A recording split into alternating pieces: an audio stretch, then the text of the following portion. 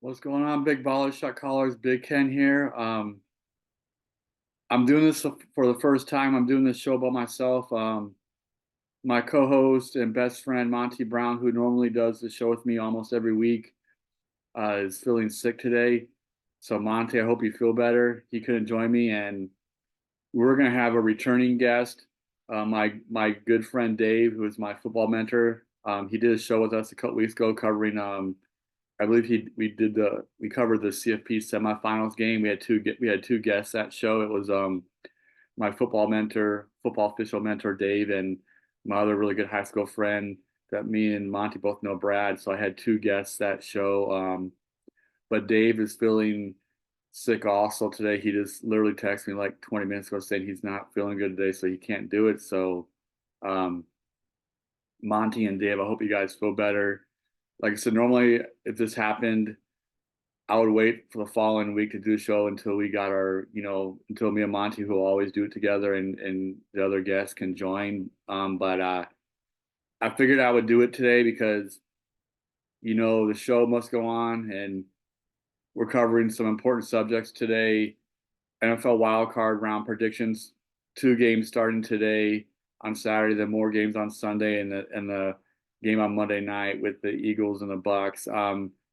But one thing we're also going to cover the NFL wildcard before I cover the NFL wildcard predictions is I'm going to talk about the CFP Championship recap. Obviously, if you've been following this show, I'm a big Michigan fan. Yes, I got my Cowboy stuff on today, and I have an interesting story about that. For people who know me, they know the story, but for other people, they always kind of like, man, is this dude confused? Like, because even guys at my work who don't know me, like sometimes they see me wearing Michigan stuff, and sometimes they see me wearing Dallas Cowboy stuff. So they're always like, man, dude, what's going on with that, man? Are you on the bandwagon? I'm like, no, of course not. I was like, I was born in Michigan, so I've always been a Michigan football fan since I was just a wee little guy. I like Michigan sports in general. Like I watched football and basketball, the Fab Five and all that stuff from back in the '90s when I was playing high school basketball. So I've always been a Michigan fan. But I'm an Army brat. My dad joined the Army when I was 8 years old, and I bounced around like all Army brats do. And my dad ended up getting stationed at Fort Bliss, Texas, when I was in high school, which was in El Paso, and that's how I met Monty and Brad, the guy who does the show with us sometimes. And I became a Cowboys fan because of that, because I just kind of like lock on to the Cowboys at that time frame, and I've never let go. I'm loyal, so I'm loyal to Michigan and to Dallas Cowboys. But before Dallas Cowboys, I liked the Chicago Bears a lot. I liked Walter Payton, Jim McMahon, Refrigerator Perry, Mike Singletary, all those guys. I was a big Chicago Bears fan, so they're still kind of my second team, and I follow them. They haven't been very good lately, but they are getting better. So we'll see if they can kind of get over the hump. But they had a little bit of a better year this year.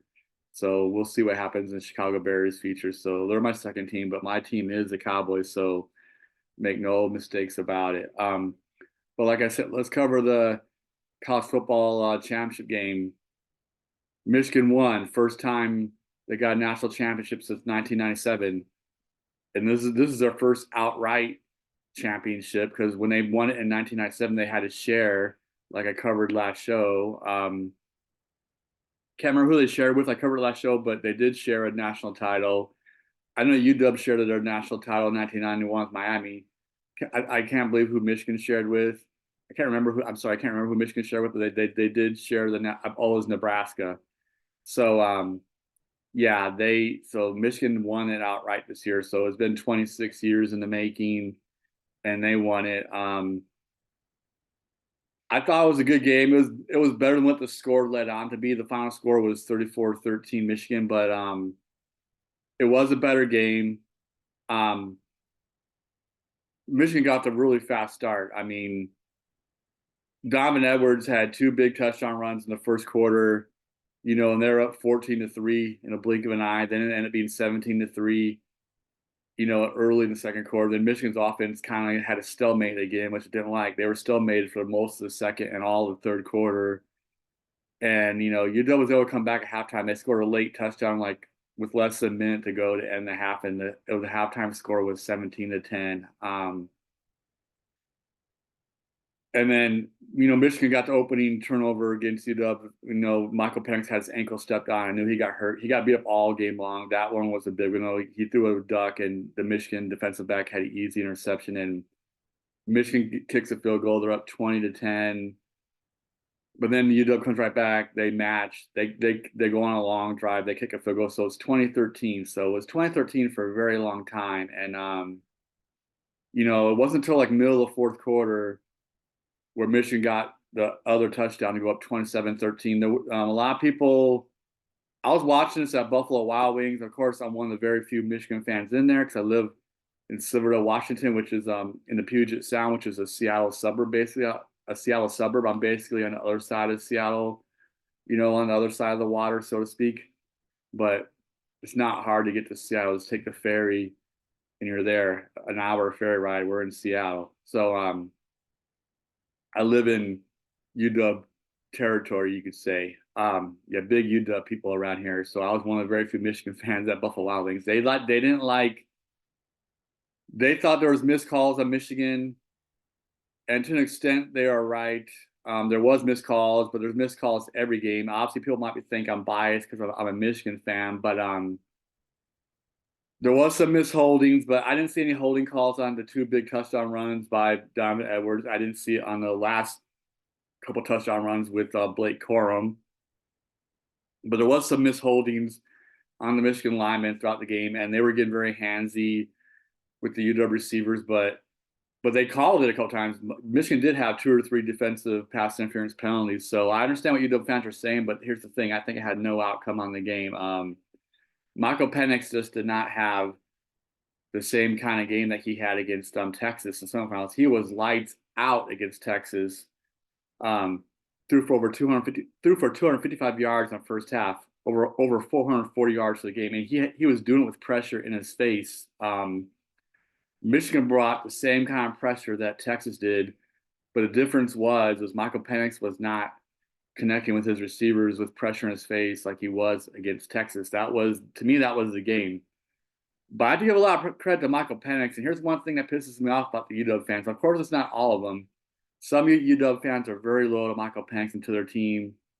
But a lot of the UW fans were bad-mouthing Michael Penix after the game, saying how much he sucks and he's going to suck in the NFL and et cetera, et cetera, et cetera. And that may be true, maybe not. I don't think he will. Will he struggle? Yeah, a lot of the rookie young quarterbacks struggle. CJ Stroud this year is an exception, but we'll cover that later. But I don't think he sucks at all.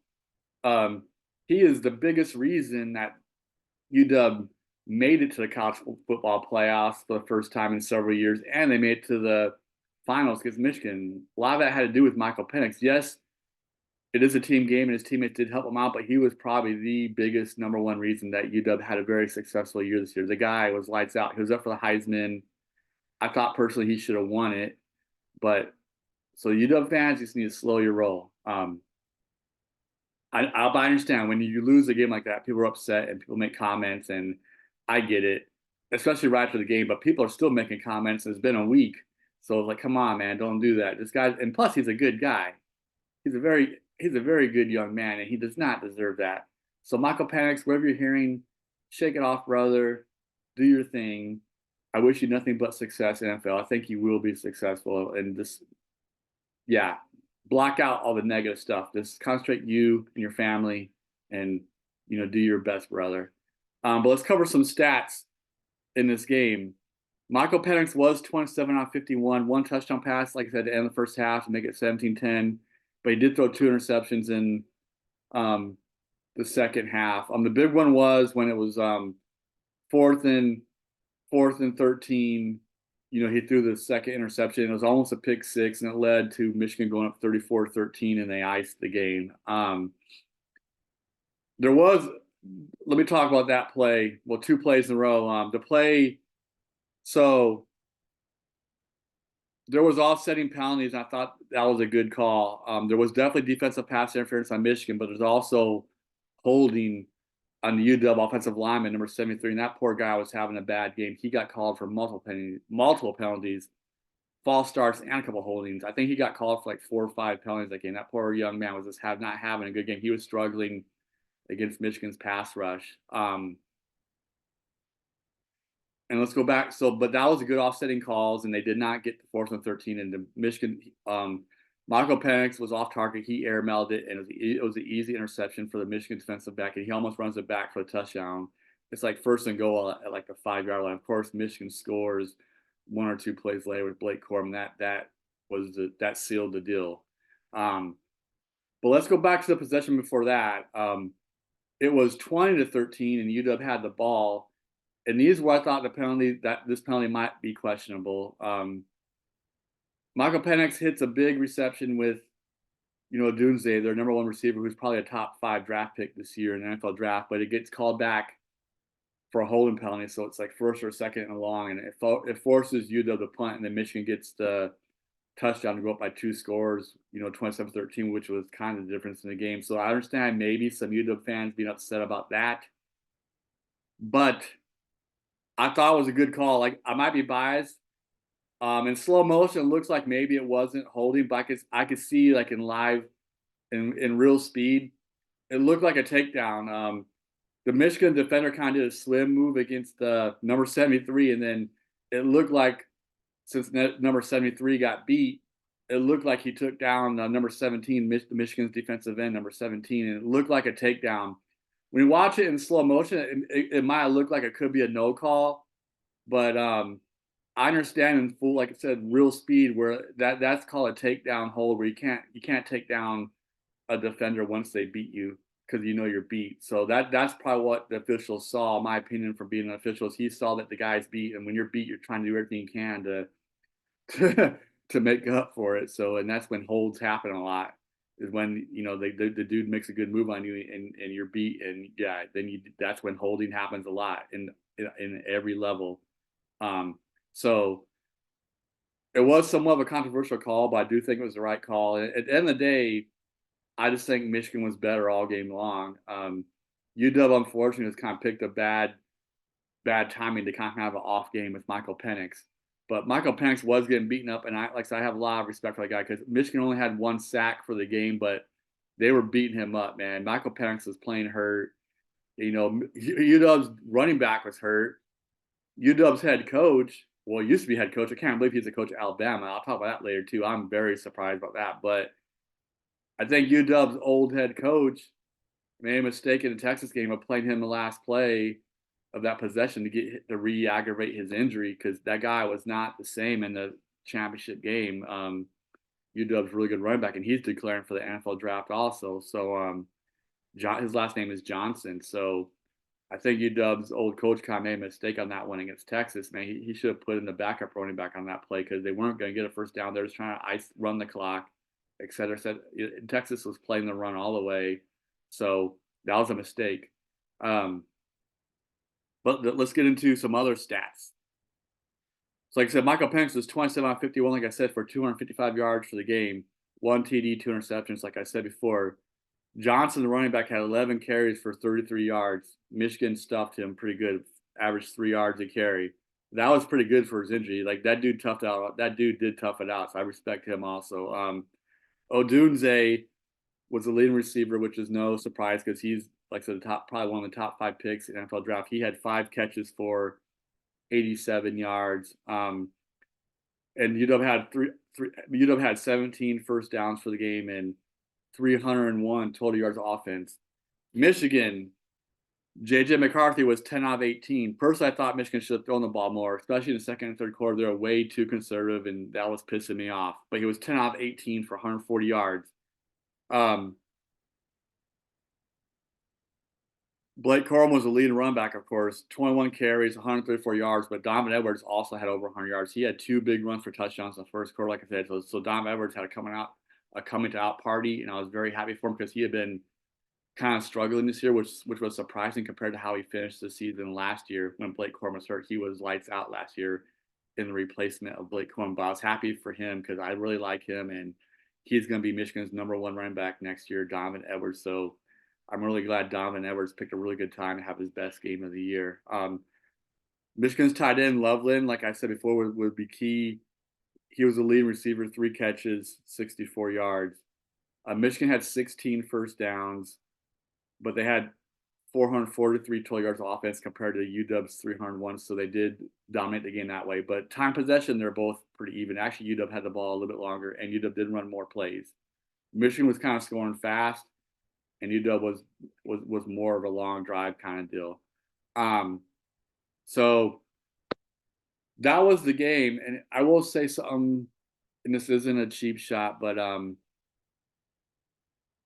not all SEC fans, but there was a lot of SEC fans making comments on Facebook, and even some of my coworkers who were SEC fans at my work were saying things, and I absolutely did not like what they were saying. They put Michigan and UW down. Like I said, I'm not saying all SEC fans do that. They don't, but to me, there's like a certain stereotype, if you will, and these guys fit that stereotype. Yeah, they're putting Michigan and UW down. I didn't like it. It seems like every time, which is very rare, but when some of the very rare times in the past 20 years when an SEC team does not make it into the championship game, the SEC fans do this. In my opinion, they always have to put it down. Like they think college football is less because the SEC team is not in the championship, and I don't agree with that at all. I think college football is better because of that, because there's new blood and it makes it more exciting. It's not the same old, same old. Yes, has the SEC been dominant? Absolutely. They have been the best conference overall in the past 20 years, probably. They won a lot of national championships. So, and they've even lost some in a national championship game, but they've always been there, it seems like. Um, but I don't like their attitudes when they don't make it. It seems like they're kind of like poor sports, sore losers. They talk trash about the other teams that are in it because they're not in it. Um, like one of the bosses at my work was saying that Georgia could beat all the teams. Maybe they can, but they could also lose. Like the Michigan Georgia game will probably be a very good game, just like the Michigan Alabama game was a very good game. So we don't know who would win that game, but I like Michigan's chances. But I think, but can Georgia win? Yes, absolutely. But so can Michigan. Michigan was the real deal this year. 3 times as a charm. They struggled the first 2 years, but this year they're legit. And that's one thing I want to say is congratulations to Michigan players because they stuck together. They didn't hit the transfer portal. They didn't, try to leave because they were struggling the first 2 years in the football playoffs. They stuck together and they won this thing and they did it together as a team. But I don't like the SEC fans' attitude. Like the guy at my work, the boss at my work, good guy. Is he a good guy? Yes, absolutely, great guy. But I didn't like his attitude because he was just saying how the tennis was down for the championship game, which wasn't true. Um, how ticket prices went down. They did not go down. They actually went up. But you can't argue that they went up because maybe because they were worried about the tennis, so they're trying to make their revenue. So there would be a good argument about that. But the tennis actually was higher than the 2 previous years because this is the third time, like post COVID. The very first year after COVID was the Georgia Alabama game, 2 SEC teams in the finals. That was the lowest attendance of all time for a national championship game. Not because of the teams, but probably because of COVID. But the facts are the facts. The next year, last year, not this year, but last year was the second lowest attendance. This year, the Michigan UW game was the third lowest attendance. So you could argue that this was the highest attendance since the post-COVID, with 2 non-SEC teams in the national championship game. So I felt like that guy was just talking out of his backside because to me, he just showed arrogance. Like I said, he's a good guy, yeah, but he was just saying things and doing things which I don't like about the SEC. But can fans do that in other conferences? Yes, absolutely. There can be arrogant fans in any conference, but like I said before, I just think there is something there sometimes with the SEC, like a little bit of stereotype, where because they've been good for so long, they kind of get that way, and that's kind of like where the arrogance comes in when you win a lot, and when you lose, which is rare, you don't take it very well. So I think they can work on their sportsmanship and just their attitudes in general. But they have a lot to be proud of because the SEC has been very, very good for a long time. But I do think college football is evening out, and I think it's going to be interesting in the near future. But that is the college football championship recap. Like I said, I'm very happy for Michigan. Very, like I said before, very happy for the players sticking together. They did not leave. They did not hit the transfer portal. I'm just happy for Michigan. Happy for Harbaugh. I've been bashing Harbaugh a lot, but he definitely has the monkey off his back because he's got a national championship, and now he's going to be a coach. that will always have a national championship, and that's awesome. So congratulations to Michigan and Coach Harbaugh. But let's get into the NFL. There are two wild card games today. Multiple coaches have been fired and or retired in college football and the NFL. Let's talk about college football. Let's talk about Alabama's Nick Saban. Um, like I said, do I like Alabama? No. Do I respect them? Absolutely. Do I like Nick Saban? Not really. Um, but at the end of the day, the man's a great coach. I just don't like his personality, but I don't know him well enough to know for sure. But my perception of his personality, I just don't like very much. Um, but at the end of the day, the man's a good coach. Why do I say I don't like his personality? Because classic example was the semifinals game against Michigan on New Year's Day.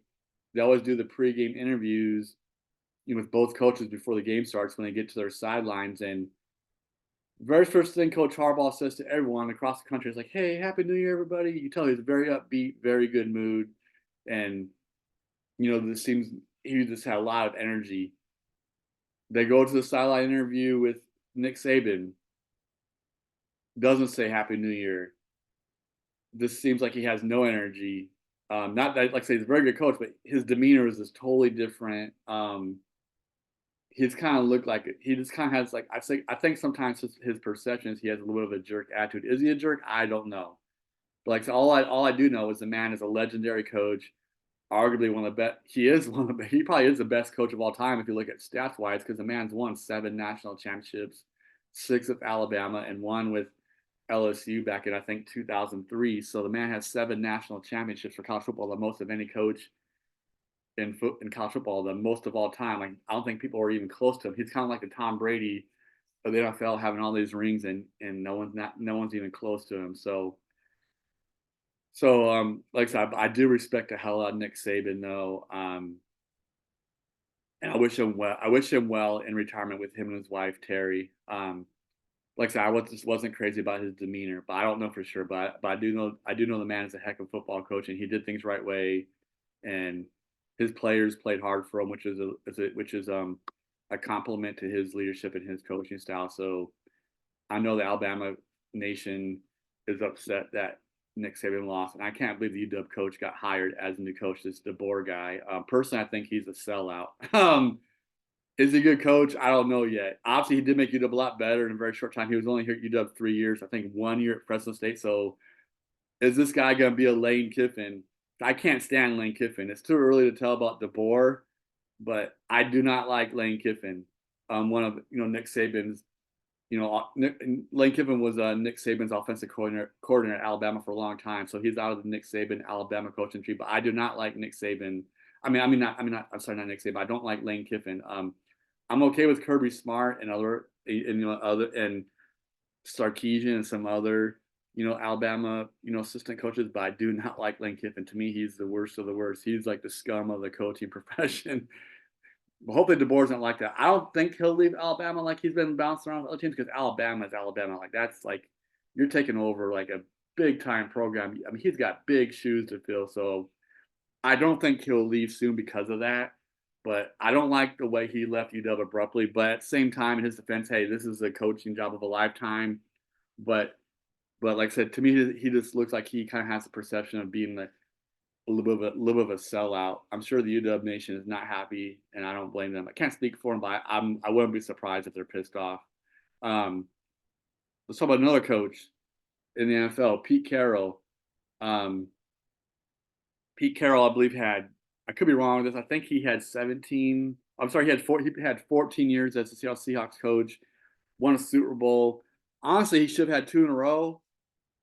I know that's a bitter subject, a sore subject for Seattle Seahawks fans up here in my part of the world, but he did get the 1 though. I thought he should have had 2 in a row. It's unfortunate, but he did have 1 Super Bowl ring, and he won a national championship with the USC with Reggie Bush and Matt Leinart. So he's one of the very few coaches to have a national championship in college football and a Super Bowl ring in NFL. So he's one of the very few. There's like a handful, like less than my hand. Like there's very few. So congratulations to Pete Carroll, and him and Nick Saban are both the same age. They're both 72 years old. So they both had phenomenal careers. So congratulations to both of them. Nick Saban retired, but Pete Carroll got let go, fired. That's the difference. But kind of saw that coming because Seattle's been struggling the past couple of years. So I saw it coming, but at the end of the day, Pete Carroll did an amazing job. The next guy, Bill Belichick. Oh my God. Belichick coached the New England Patriots for 24 years. That's a long time. Six Super Bowl rings of Tom Brady, but he has struggled in the post Tom Brady era. Surprisingly, the first year after Brady, they got to the playoffs in the wild card round. I think they finished the season 10-7. The rookie quarterback looked like he was going to be the guy for the New England Patriots. Mac Jones gets into the playoffs, but they did get their butts kicked bad by the Buffalo Bills in the wild card round, which was surprising. I thought that was going to be a very close, intense game, and that was a blowout. And since then, the next 2 years, Mac Jones has just really struggled for some reason. But I like the poor kid. I know the New England Patriots fans can't stand him. They think he's a bust, but I still think he can have a good career somewhere else possibly. But he definitely needs to leave New England and start somewhere else fresh. But that's the reason why Belichick got let go by Robert Kraft. I mean, because they wanted to go a different direction. They just weren't heading in the right direction the past 3 years in the post Tom Brady era. But at the end of the day, Bill Belichick is a great coach. Some people are saying, well, was it just Tom Brady? Was he only a good coach because of him having Tom Brady? I don't think so. The guy's been around football for a long time. He's a mastermind at the defensive end. His strength is being a defensive coordinator, specialist, and he knows how to shut the other team down. I mean, he takes away your best thing, and he makes other teams try to beat them with other players that aren't used to being in that spotlight, that role. He will take away your best guys and make other players step up that aren't used to it, and that is very effective. The man's a good coach. I don't like his personality either. He's kind of like a Nick Saban. He's worse than Nick Saban. His interviews are flat out horrible in my opinion, but at the same time they're kind of funny. But that guy always looks like he's constipated and something's going. Yeah, he does not like the media, which is understandable because the media can be a pain in the butt sometimes. But at the end of the day, the man's a good coach. Let's get into some wild card matchups. Flip my sheet here. 2 games today on Saturday, like I mentioned multiple times before. First game is the Cleveland Browns at the Houston Texans. Houston Texans came out of nowhere, was one of the worst teams in the NFL last year, and they're in the playoffs. They took the 7th seed from the Indianapolis Colts. They beat Indianapolis in Indianapolis last week, which was a very good win from that. Got them into the playoffs. This is going to be a very interesting matchup because Cleveland Browns have the number 1 defense in the NFL, but you have the rookie sensation quarterback C.J. Stroud, who is the runaway for the Rookie of the Year. If he doesn't get it, I'll be shocked. I think everyone knows he's getting it. But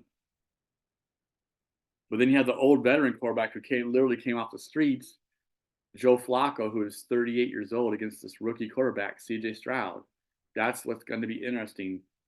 Obviously, Joe Flacco has experience. They have the defense. This is, the rookie's first ever NFL playoff game, but it is in Houston. Is the game going to be too big for the rookie, or will he keep on doing what he's been doing all year long? And that's proving everybody like this dude is the real deal. Like he's surprising everybody.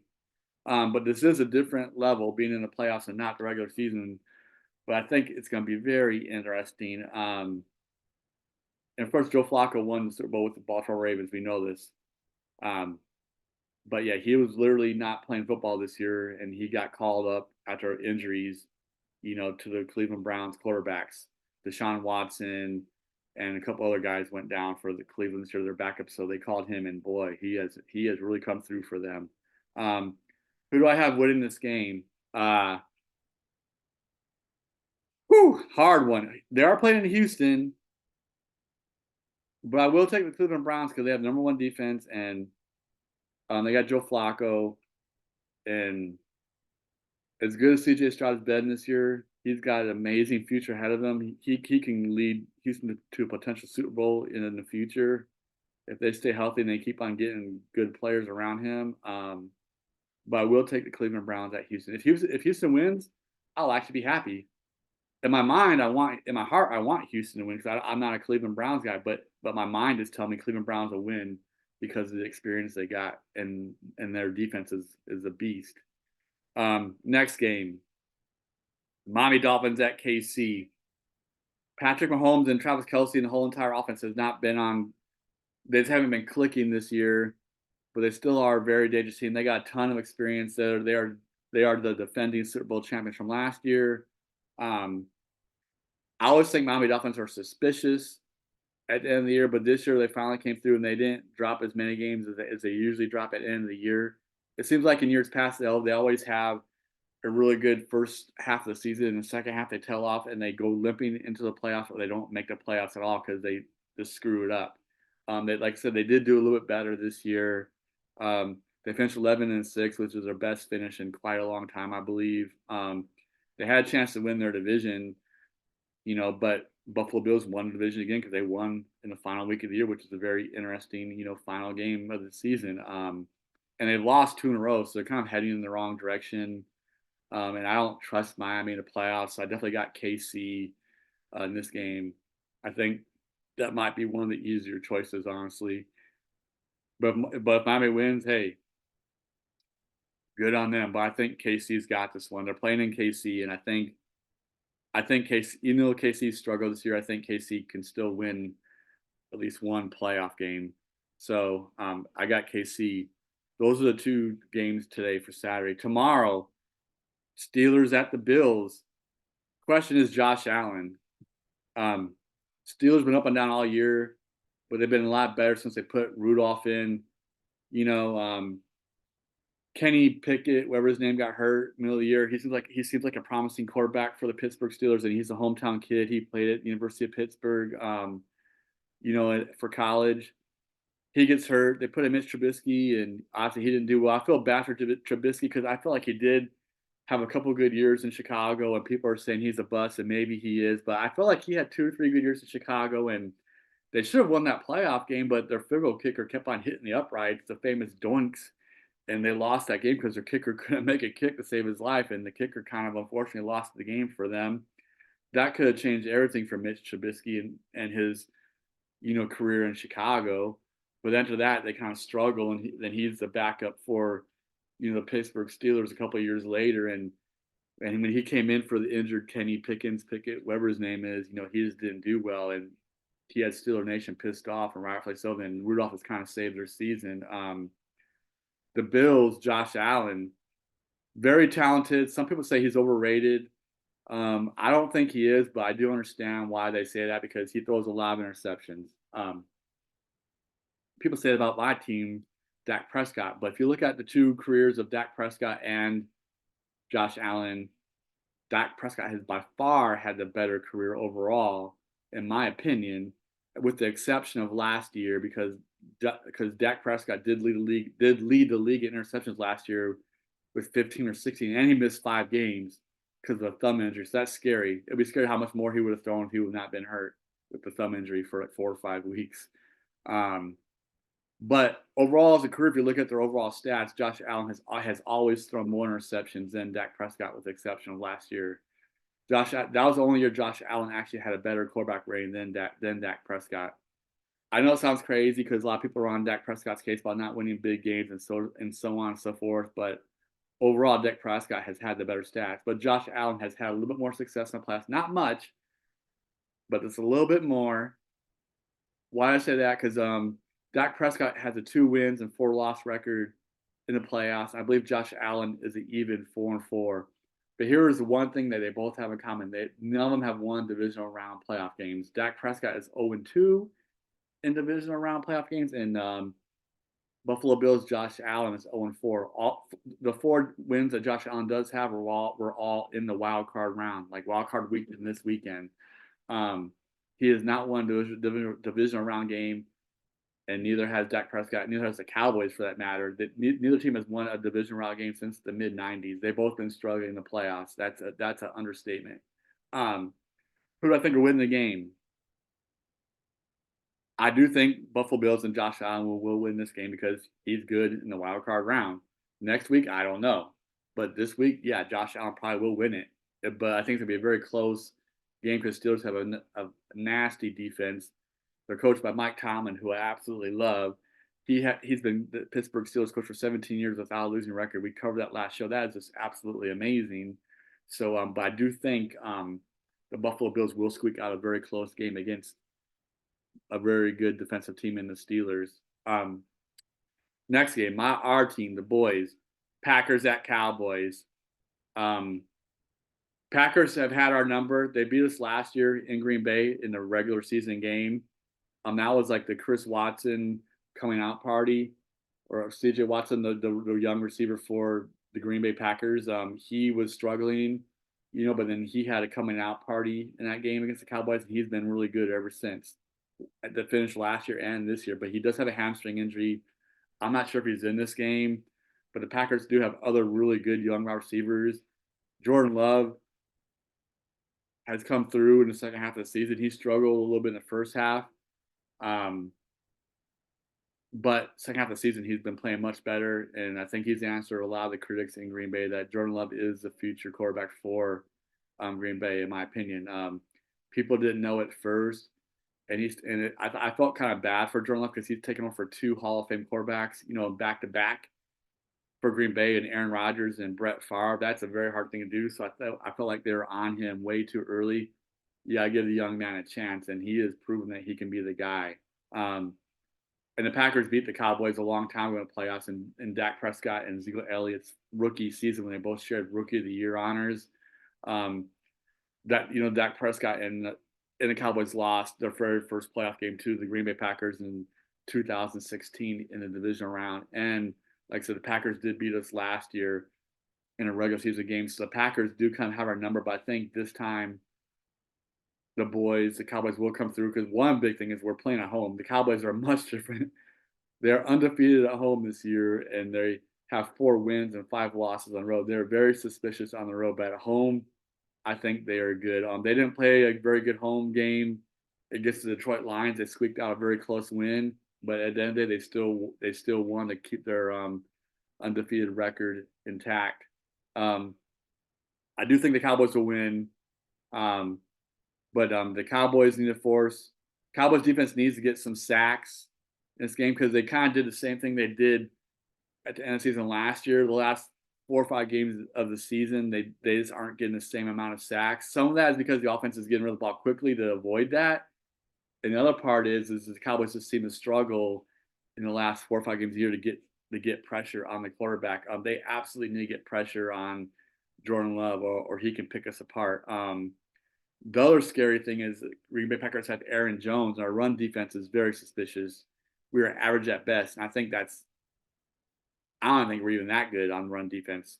Overall defense, yes, we're pretty good. Our defense overall is I think in the top 5 or 6 overall in the NFL. So our overall defense for the Cowboys is good, but we can get exposed in the running game. And Andrew Jones or Aaron Jones, I always forget their first names, but his last name is Jones, and the reason why we know him so well is because he is an Army brat like myself.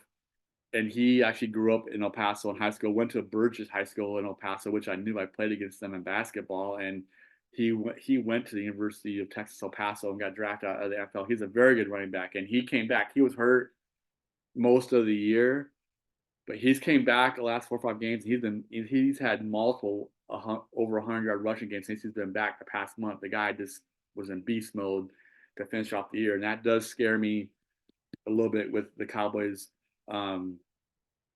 inability to stop the run, but hopefully we can clean that up and we can limit him. Will he have some big runs? Absolutely he will, but we just got to limit how many times he gets off a big run. And like I said, we have to get pressure on Jordan Love to get him off his mark, force him maybe into an interception or 2, or at least make him throw some incomplete passes and force him to punt.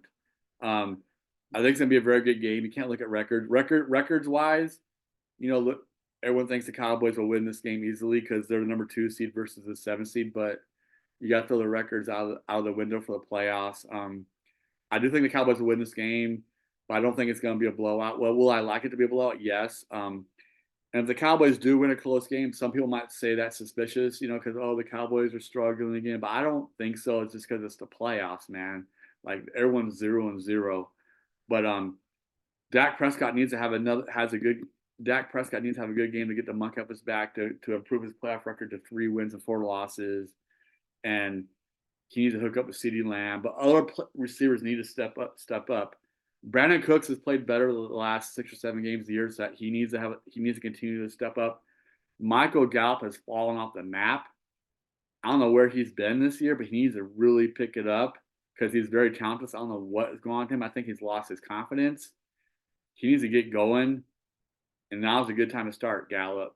Our tight end is good, Ferguson. So we all know CeeDee Lamb and Ferguson are going to be the 2 main guys. But to keep the Green Bay defense off of those 2 guys, other receivers like Cooks, Gallup, and even the other tight end, the rookie out of Michigan, Shoemaker, need to have a couple of catches just to even it out so they don't just key on 2 guys. And Tony Pollard, TP, our running game needs to get going. He hasn't been horrible this year, but he hasn't been great. Everyone thought he would be lights out, and he's just been okay. He hasn't been bad, but he hasn't been very good either. He's just been average. He's only rushed for 4 yards a carry, and before his first 3 or 4 years in the league, being the backup of Ezekiel Elliott, he was rushing for well over 5 yards a carry. So this is his lowest run average for his career so far, being the main guy. Like I said, I'm not knocking the guy, but he hasn't played quite the same way like everyone thought he would be. Should we give up on him? No, but the Cowboys might want to think about getting another guy just in case. So I think, like I like Tony Pollard. I like it. I love his attitude. Very good young man.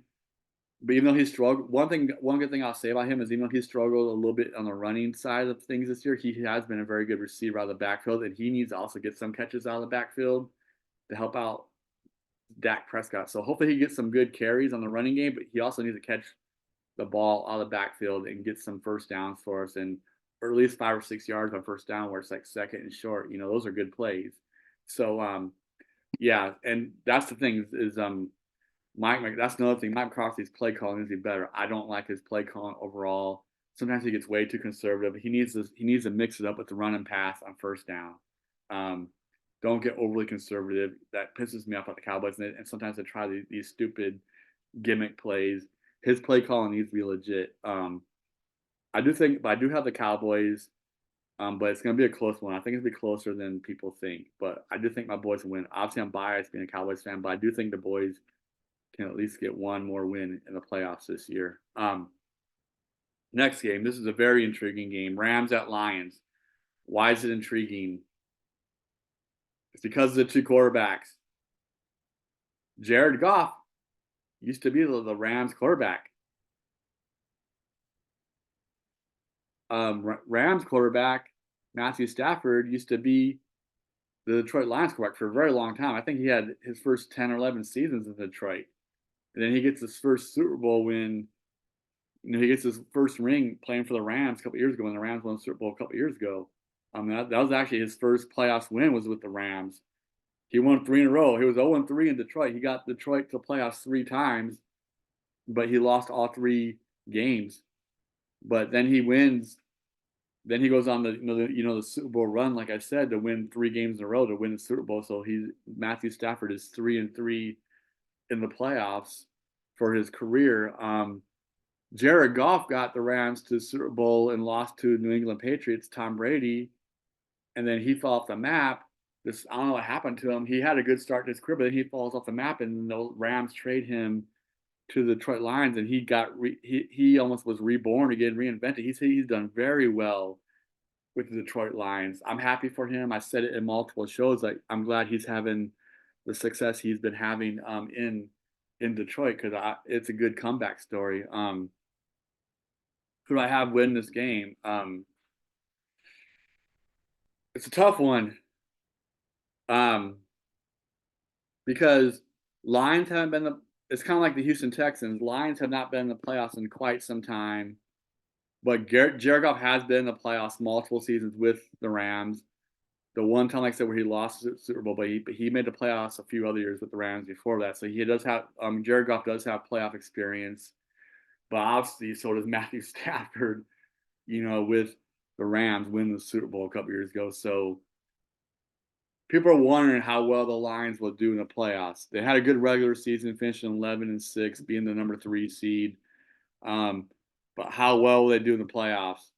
Obviously, on paper, the Lions are the better team because the Rams are the 6th seed, Lions are the 3 seed. So the Lions did have the better year overall, but this is a playoffs.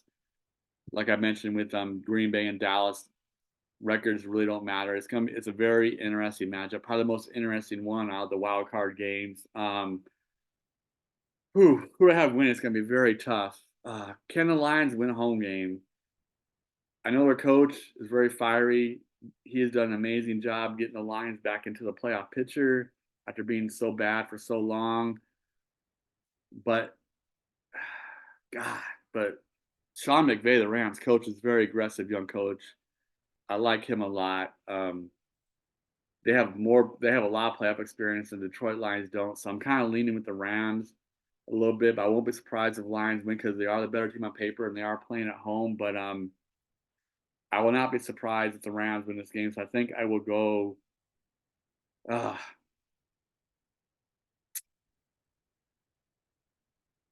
I will go with the Rams to pull off an upset. Um, but I won't be surprised if the Lions win. But I will go. I could be wrong, but I'll stick with my guns. I will go with the Rams to pull off this upset with Matthew Stafford going back to Detroit. Um, Last game, Monday night game, Eagles at Bucs.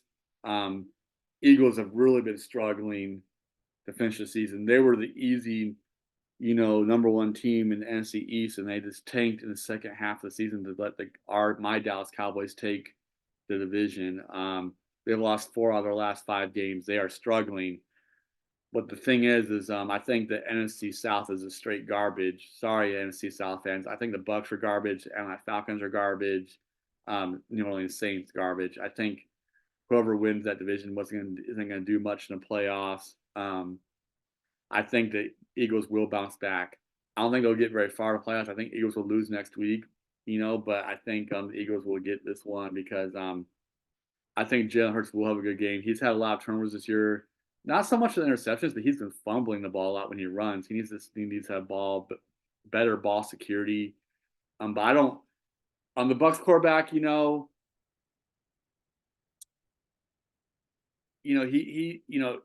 old Cleveland Browns quarterback. He's had a really good year overall, but Victor Mayfield.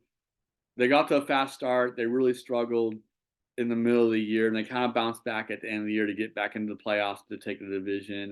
But they really struggled in the middle. They lost like 4 or 5 games or something like that. They had a good beginning and good ending to their season.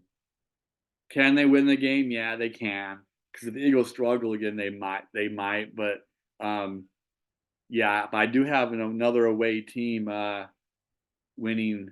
I have the Eagles winning that are away. So yeah, I got a couple home teams win this week, and I think the Cowboys will win at home. I think the Bills will win at home, and I think KC will win at home. But I do have the Cleveland Browns winning on the road against Houston, like I said, for the recap. I do have the Rams beating the Lions, in Detroit, and I have the Eagles beating the Bucs in Tampa Bay. So it's kind of 3-3. It's split down the middle. So those are my picks. Um, like I said, we'll be back, next week. I'll have, Monty, my best friend, back, and hopefully some other guests, Dave, and I do have a couple other guys that are interested. That'll be their first time on the show for guests. So we will be back for the division round. Thanks for watching and subscribing. Please leave your comments. Even if you don't agree with us, me or Monty or whoever on the show, that's fine. Like, we're not going to be upset if you say you completely disagree with us, or if you do agree with us, that's great. Tell us why you agree with us, and please leave comments and please subscribe. But thank you for watching, and I wish everyone.